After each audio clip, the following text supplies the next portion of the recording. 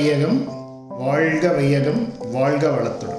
ஆசி பாட்காஸ்டை கேட்டுக்கொண்டிருக்கக்கூடிய சகோதர சகோதரிகள், டியர் பிரதர்ஸ் அண்ட் சிஸ்டர்ஸ், நாம் மைண்டுடைய பிளாக்கை தாண்டி போகணும். லிமிட்லெஸ் பவரை வச்சுக்கிட்டு நாம் கண்டிஷன்டு மைண்டில் இதுதான் என்னால் முடியும், இது முடியாது, அது எனக்கு தெரியாது, இது எனக்கு வராது, இப்படியெல்லாம் சொல்லிக்கிட்டு இருக்கோம் இல்லையா? இதை கொஞ்சம் கொஞ்சமாக நம்ம டிலீட் பண்ணணும். அதுக்கு நம்ம சைலன்ஸில் இருந்து நம்ம மைண்டில் இருக்கக்கூடிய பிளாக்கை எப்படி எடுக்கிறது அப்படின்றதுக்கு நம்ம கொஞ்சம் நேரம் ஒதுக்கணும். அப்படி ஒதுக்கும்போது இந்த மென்டல் பிளாக் என்ன பண்ணும் அப்படின்னு பார்க்கும்போது நம்மக்கிட்ட இருக்கக்கூடிய திறனை வெளியே வரவிடாமல் பண்ணிடுது.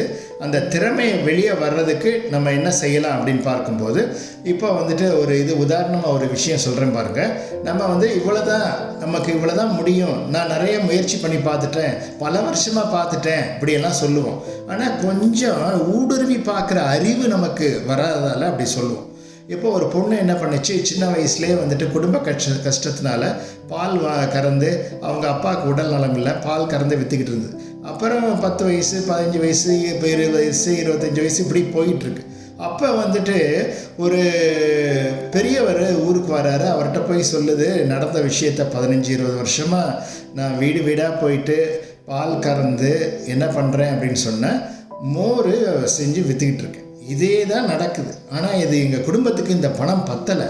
நான் என்னென்னவோ எவ்வளோ முயற்சி பண்ணுறேன், என்னால் முடியலை அப்படின்னு சொல்லிட்டு அவர் என்ன சொல்கிறாரு, அந்த பெரியவர். அதான் பெரியவங்களை நம்ம சந்தித்து பேசும்போது கவனமாக கேட்கணும். இதை நீங்கள் கேட்குறவங்க கவனமாக கேளுங்க. இது மாதிரி பார்க்க சாதாரண ஒரு கிராமத்தில் நடந்த மாதிரி இருக்கும், ஆனால் நம்ம வாழ்க்கையோட சம்மந்தம் உடையது.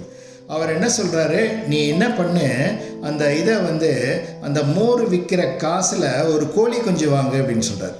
அந்த கோழி குஞ்சு வாங்கி அந்த கோழி குஞ்சை வளர்த்து அப்புறம் கொஞ்சம் கொஞ்சமாக கோழி வளர்க்க ஆரம்பி அப்படின்னு சொல்கிறார். இந்த இது செய்கிறதோட கோழி வளர்க்க ஆரம்பி. உடனே கோழி அதே மாதிரி கோழி குஞ்சு வாங்குது, அப்புறம் இன்னொரு பெரிய கோழியாகுது, அப்புறம் கோழிகள் கொஞ்சம் அதிகரிக்குது. அவர் என்ன சொல்கிறாரு, கோழி குஞ்சு வாங்கு, அந்த கோழி குஞ்சு வாங்குற மாதிரி மனசில் கொண்டு வா ஃபஸ்ட்டு. அதுக்கப்புறம் அதிலிருந்து வர காசை சேர்த்து ஒரு ஆட்டுக்குட்டி வாங்கு அப்படின்னு சொல்கிறார்.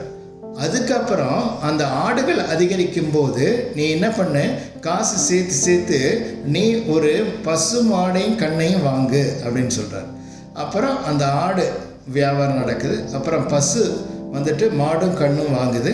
அந்த பசு மாடும் கண்ணும் வாங்கி அதுக்கப்புறம் அதெல்லாம் வளர்ந்து அப்புறம் ஒரு பெரிய மாட்டு பண்ணை, அதுக்கப்புறம் தொழில் அதிபராக ஆயிடுது. அந்த பால் பண்ணையெல்லாம் உருவாயிருது. அதை ஒரு ஐ ஓப்பனர்னு சொல்லுவாங்க ஆங்கிலத்தில். ஒரு ஐ ஓப்பனர் தேவைப்படுது. இந்த மாதிரி நமக்கு வர கொஞ்சம் வருமானத்தில் காசு சேர்த்து கோழி குஞ்சு வாங்கி சைடில் இதை பண்ணணும்.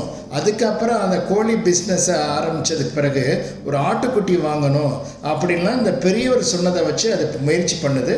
கரெக்டாக அதெல்லாம் கிளிக் ஆகி ஒரு பெண் தொழில் அதிபராக அந்த கிராமத்தில் ஆயிடுது அந்த பெண். ஆக நாம் இதை அமைதி இழந்து இருப்பதனால நம்மளால் யோசிக்க முடியல. அந்த பெரிய ஒரு அமைதியாக இருந்தார். இந்த பொண்ணுக்கிட்ட இருக்கக்கூடிய முயற்சியை பார்த்தாரு.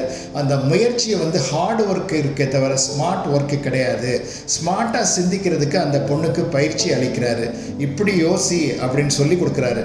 அந்த மாதிரி நாமளும் வந்த வெள்ளம் இருந்த வெள்ளத்தை அடிச்சுட்டு போயிருதுன்ற மாதிரி இல்லாமல் நாமளும் பணம் சேர்த்துட்டு எங்கேயோ ஓடி போய் சுற்றி பார்க்க போகிறேன், ஏதோ இந்த பொருளை வாங்குறேன் அந்த பொருளை வாங்குறேன்னு போகாமல் நாம் எப்படி அடுத்த லெவலுக்கு போகிறது அப்படின்றத யோசித்தோம் அப்படின்னு சொன்னால் நம்ம லைஃப்பில் கொஞ்சம் கொஞ்சமாக மாற்றம் ஏற்படும்.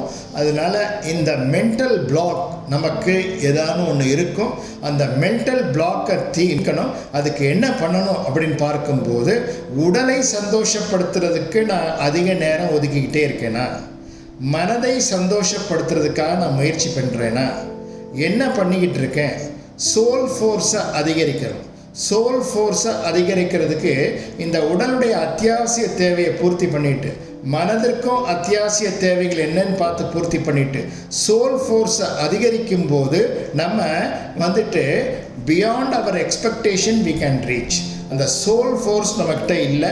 இந்த சோல் ஃபோர்ஸ் அதிகரிக்கிறதுக்கு தினம் வந்துட்டு நம்ம உட்காந்து கொஞ்சம் ப்ரே பண்ணி நம்ம ஃபோர்ஸ் பிரபஞ்ச சக்தி நமக்கு ஹெல்ப் பண்ணுற மாதிரியும், அந்த பிரபஞ்ச சக்தி ஹெல்ப் பண்ணி பலவிதமான ஆக்கப்பூர்வமான சிந்தனைகள் நமக்கு வரா மாதிரியும், வாழ்க்கையில் அதி உன்னத நிலை அடைந்து மேலும் மற்றவர்களையும் அதி உன்னத நிலை அடைவதற்கு நம்ம துணை புரிவதாகவும் நம்ம we can see in our mind's eye, நம்ம மனக்கண் மூலமாக நம்ம அப்படி பார்க்க ஆரம்பித்தோன்னா நம்ம வந்து பாத்லெஸ் பாத்துன்னு ஜென்னில் சொல்லுவாங்க.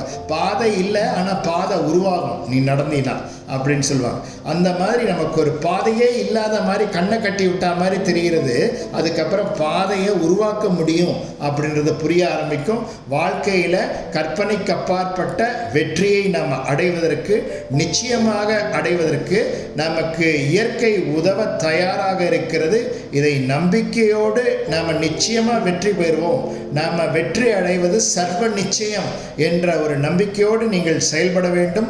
ஆசி பாட்காஸ்டை கேட்டுக்கொண்டிருக்கக்கூடிய சகோதர சகோதரிகள், உங்களுடைய சஜஷன்ஸை நீங்கள் எங்களுடைய இமெயிலில் நீங்கள் சொல்லலாம்.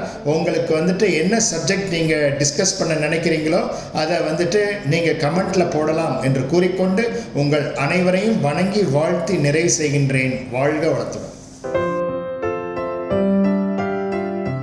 RC Podcast by MS Ravi Shankar Raja.